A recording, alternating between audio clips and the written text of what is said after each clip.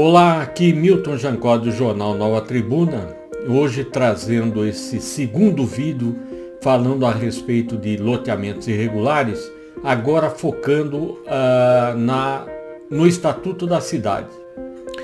Olha, inicialmente eu e o Dr. Marcos Survilho, pelo tamanho da matéria e a complexidade da matéria, vamos fazer esses vídeos falando a respeito de loteamentos irregulares e da regularização fundiária em partes. E neste capítulo, neste vídeo, vocês vão ter que ter alguma paciência, porque eu vou ter que ler a matéria, ler aqui dentro do Estatuto da Cidade exatamente o que nos interessa nesse momento em termos de informação e conhecimento. Eu vou fazer a leitura do Estatuto da Cidade naquilo que importa e farei algumas observações. Então vamos lá, vocês me desculpem, mas fazendo a leitura eu acho que facilita para vocês o conhecimento da matéria. É a respeito da lei número 13.465, de 11 de julho de 2017. E aí nós vamos dar seguimento à parte que diz sobre a regularização fundiária urbana. Artigo 9º. Ficam instituídos no território nacional normas gerais e procedimentos aplicáveis à regularização fundiária urbana, REURB, a qual abrange medidas jurídicas, urbanísticas, ambientais e sociais destinadas à incorporação dos núcleos urbanos informais, ao ordenamento territorial urbano e à titulação de seus ocupantes. Parágrafo 1º. Os poderes públicos formularão o desenvolvimento no espaço urbano, as políticas de suas competências de acordo com os princípios de sustentabilidade econômica, social e ambiental e a ordenação territorial, buscando a ocupação do solo de maneira eficiente, combinando seu uso de forma funcional. Parágrafo 2º. A REURB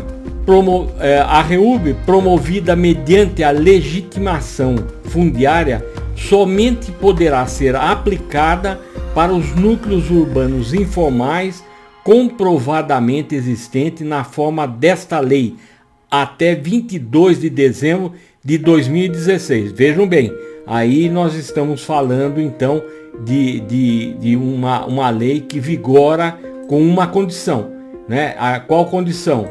Até 22 de dezembro de 2016. Artigo 10º. Constitui objetivo da REURB a serem observados pela União, Estados e Municípios. Inciso 1º. Identificar os núcleos urbanos informais que devem ser regularizados, organizá-los e assegurar a prestação de serviços públicos aos seus ocupantes, de modo a melhorar as condições urbanísticas e ambientais em relação à situação de ocupação informal anterior. Então tem mais um outro detalhe, que fala que a prefeitura tem que se preparar para fazer essa prestação de serviço. Inciso 2. Criar unidades imobiliárias compatíveis com o ordenamento territorial urbano e constituir sobre elas direitos reais em favor dos seus ocupantes. Inciso 3º.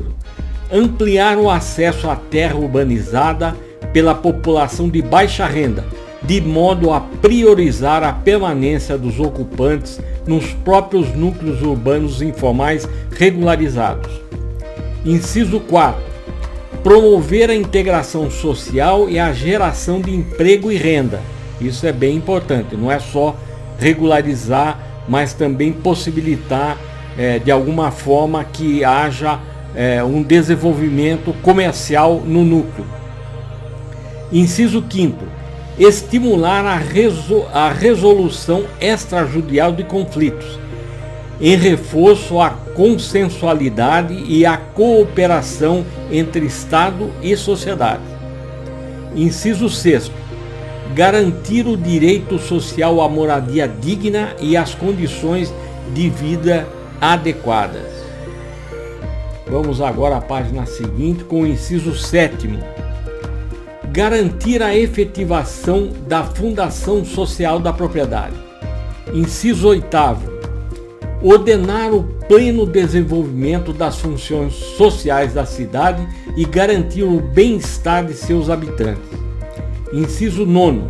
Concretizar o princípio constitucional da eficiência na ocupação e no uso do solo. Inciso 10º. Prevenir e desestimular a formação de novos núcleos urbanos informais. Veja que essa é um inciso que nós temos que estar atentos, que é o trabalho que nós estamos fazendo, eu e o Marcos, de chamar a atenção, não é? Para prevenir a formação de novos núcleos informais. Esse é o grande trabalho que nós temos que desenvolver no sentido de observar o trabalho da prefeitura e ajudar no que for possível. Inciso 11º. Conceder direitos reais, preferencialmente em nome da mulher, porque essa é uma atitude bastante louvável, não é? Que é dar a garantia à mãe que fica com os filhos a propriedade da terra. Isso é muito importante, é muito legal esse inciso. Inciso 12º. Franquear a participação dos interessados nas etapas do processo de regularização fundiária. Ou seja, fazer todo um trabalho, né, de união entre as pessoas que serão afetadas por essa regularização e querem esse direito à terra, de participar desse trabalho de regularização. Agora vamos para o artigo 11º. Para fim desta lei consideram-se: inciso 1º, núcleo. O que é núcleo urbano, né? Aqui ele vai definir o que é núcleo urbano, isso é importante observar.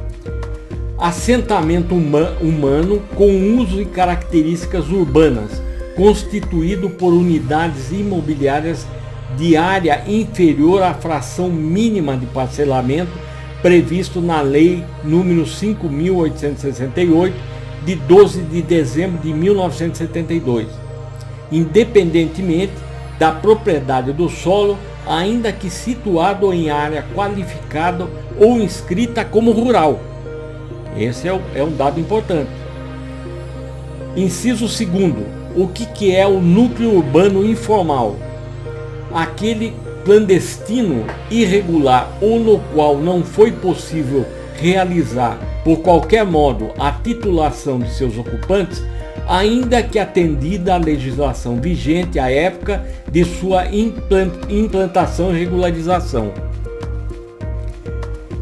Inciso 3º. O que é o núcleo urbano informal consolidado?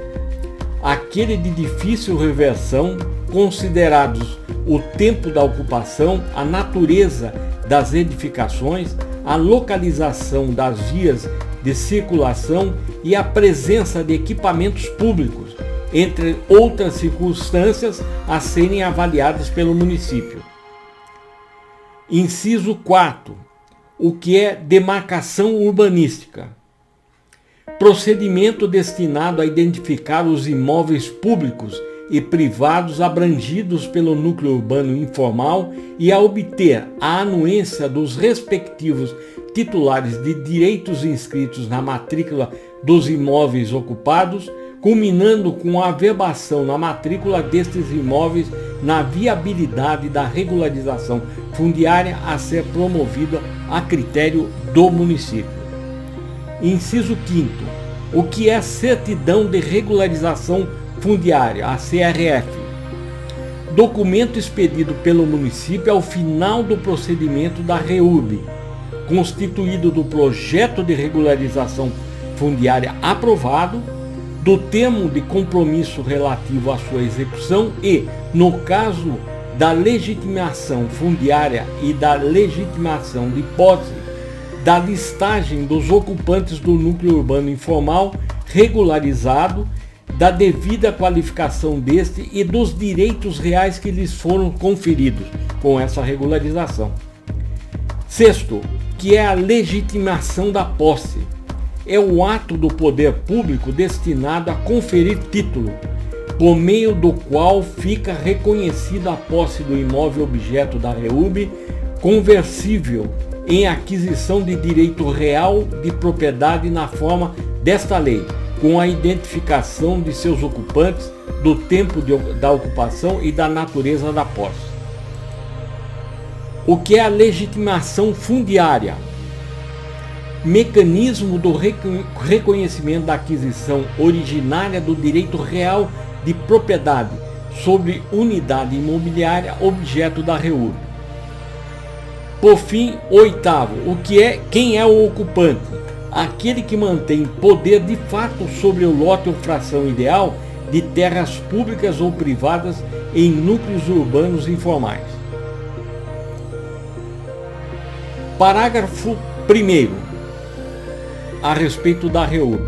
Para fins da REUB, os municípios poderão dispensar as exigências relativas ao percentual, às dimensões de áreas destinadas ao uso público ou ao tamanho dos lotes regularizados, assim como outros parâmetros urbanísticos e edilícios. Vamos à página seguinte. Parágrafo 2º, a respeito da REUB.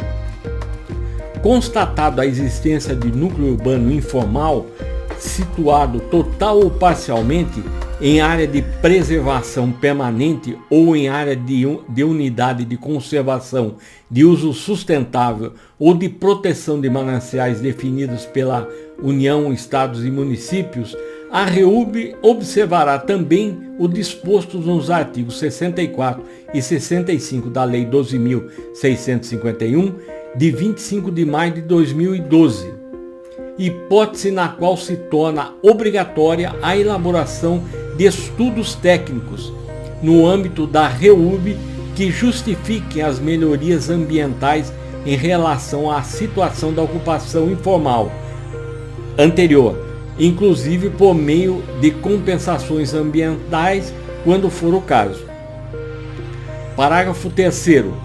No caso de a REUB abranger a área de unidade de conservação de uso sustentável que, nos termos da Lei 9.985, de 18 de julho de 2000, admita a regularização, será exigida também a anuência do gestor da unidade, desde que estudo técnico comprove que essas intervenções de regularização fundiárias implicam a melhoria das condições ambientais em relação à situação da ocupação informal anterior.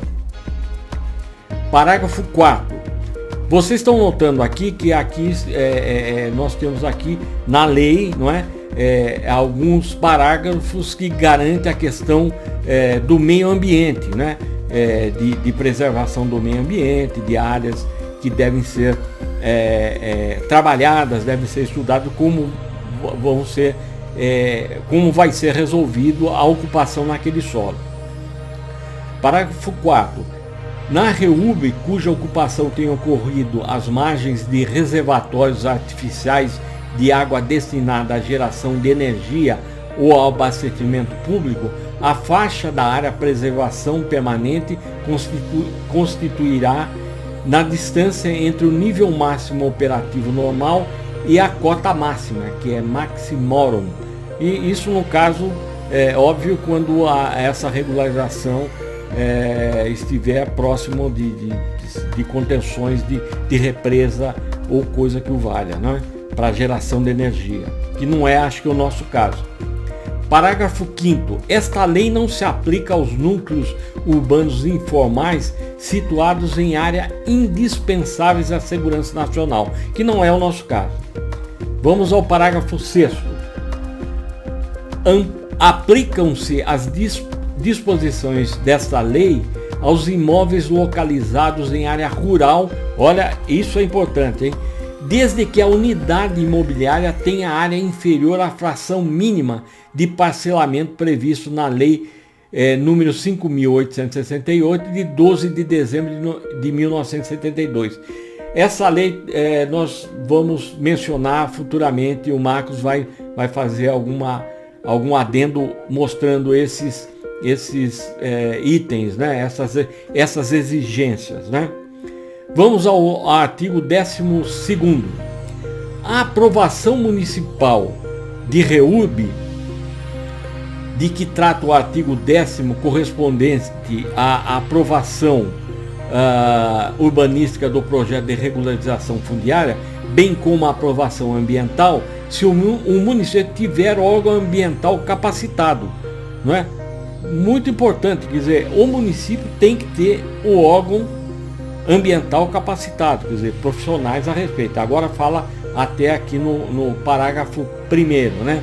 Considera-se órgão ambiental capacitado o órgão municipal que possua em seus quadros ou à sua disposição profissionais com atribuição técnica para análise e aprovação dos estudos referidos no artigo 11º, independentemente da existência de convênio com os estados ou a União. Vejam que aqui também fala que deve ter à sua disposição técnicos, né, para análise ou da própria prefeitura ou que serão prestadores de serviço, né, porque aqui é uma atribuição técnica específica e não sabemos se a prefeitura tem ou não, mas vai precisar ter esse órgão dentro da prefeitura para fazer esse trabalho de regularização, né, de análise da regularização. Parágrafo 2º. Os estudos referidos no artigo 11º deverão ser elaborados por profissionalmente e legalmente habilitado, compatibilizar-se com o projeto de regularização fundiária e conter, conforme o caso, os elementos constantes nos artigos 64 e 65, já foi mencionado anteriormente, da Lei 12.651, de 25 de maio de 2012. É outro item que vamos tentar aí esclarecer, para não ficar a dúvida. Parágrafo 3º. Os estudos técnicos referidos nos artigos 11º aplicam-se somente às parcelas dos núcleos urbanos informais situados nas áreas de preservação permanente, nas unidades de conservação de uso sustentável ou nas áreas de proteção de mananciais, e poderão ser feitos em fases ou etapas, sendo que a parte do núcleo urbano informal não afetada por esses estudos poderá ter seu projeto aprovado e levado a registro separadamente. Quer dizer, isso, o fato de ter uma área de preservação de um núcleo não impede que uma parte do núcleo seja registrado, seja regularizado, enquanto que a outra espera o parecer do meio ambiente, os estudos que devem ser feitos. Parágrafo 4º. A aprovação ambiental da REURB prevista neste artigo poderá ser feita pelos estados na hipótese de o município não dispor de capacidade técnica para aprovação de estudos referidos no artigo 11º. Isso daqui não seria bom, porque o município realmente tem que ter essa estrutura. É muito importante isso daí para o futuro, para a organização urbana do município, não é? Tanto na zona urbana como na zona rural. Artigo 13º. A REURB compreende duas modalidades. Inciso 1º. REURB de interesse social, que a sigla é REURB-S, né? Regularização fundiária aplicável aos núcleos urbanos informais ocupados predominantemente por população de baixa renda, assim declarados em ato do Poder Executivo Municipal. E a REURB de interesse específico, que aí a especificação é REURB-E, né? Regularização fundiária aplicável aos núcleos urbanos informais ocupados por populações não qualificadas na hipótese de que trata o inciso 1º deste artigo, que é o REUB-S, que é o REUB social. Parágrafo 1º. Serão isentos, isso também é bem importante a ser observado, serão isentos de custas e emolumentos, entre outros, os seguintes atos registrais relacionados à REUB-S, que é a REUB social. Inciso 1º. O primeiro registro da REUB-S, a qual confere direitos reais aos seus beneficiários. Parágrafo 2º. Inciso 2º. O registro da legitimação fundiária. Inciso 3º.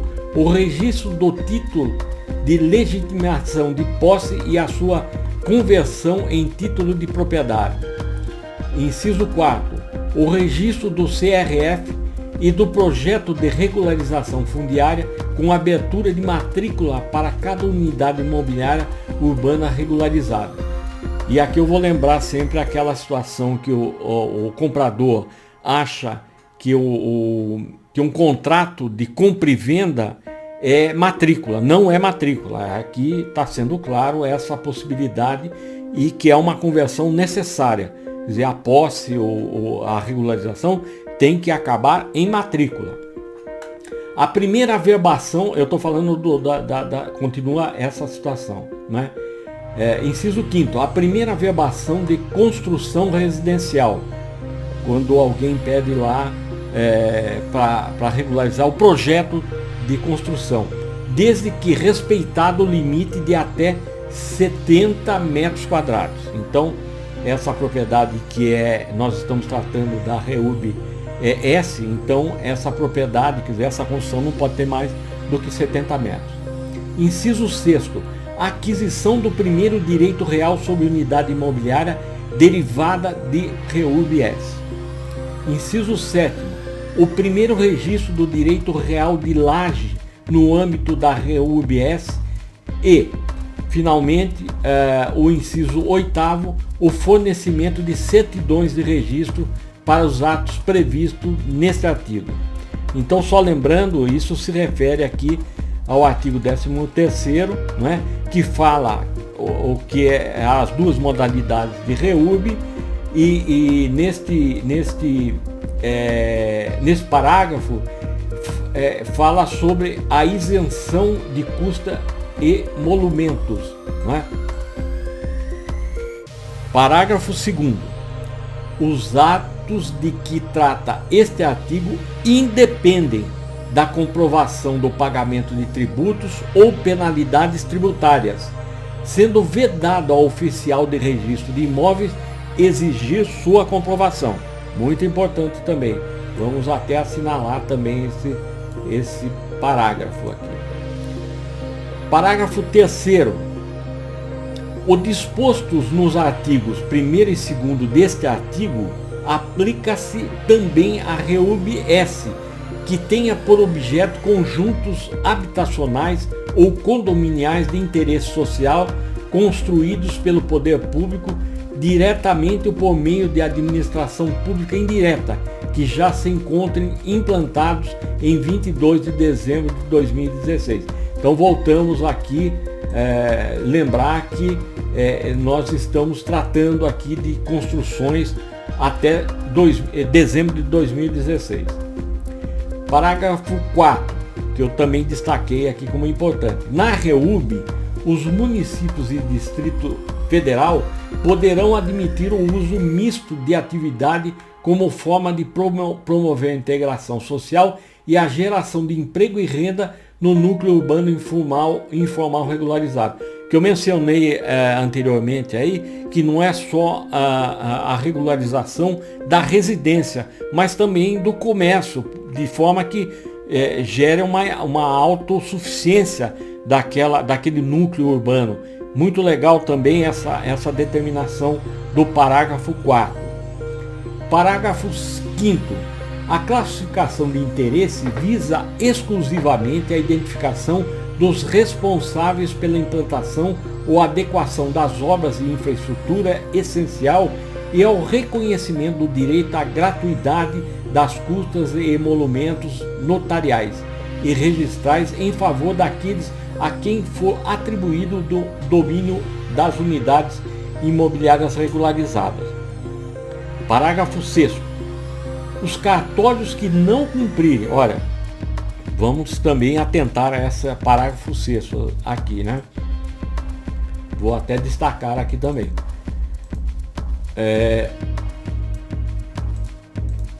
Os cartórios que não cumprirem o disposto neste artigo, que retardarem ou não efetuarem o registro de acordo com as normas previstas nesta lei, por ato não justificado, ficarão sujeitos às sanções previstas no artigo 44 da Lei número 11.977, de 7 de julho de 2009, observados o disposto, aliás,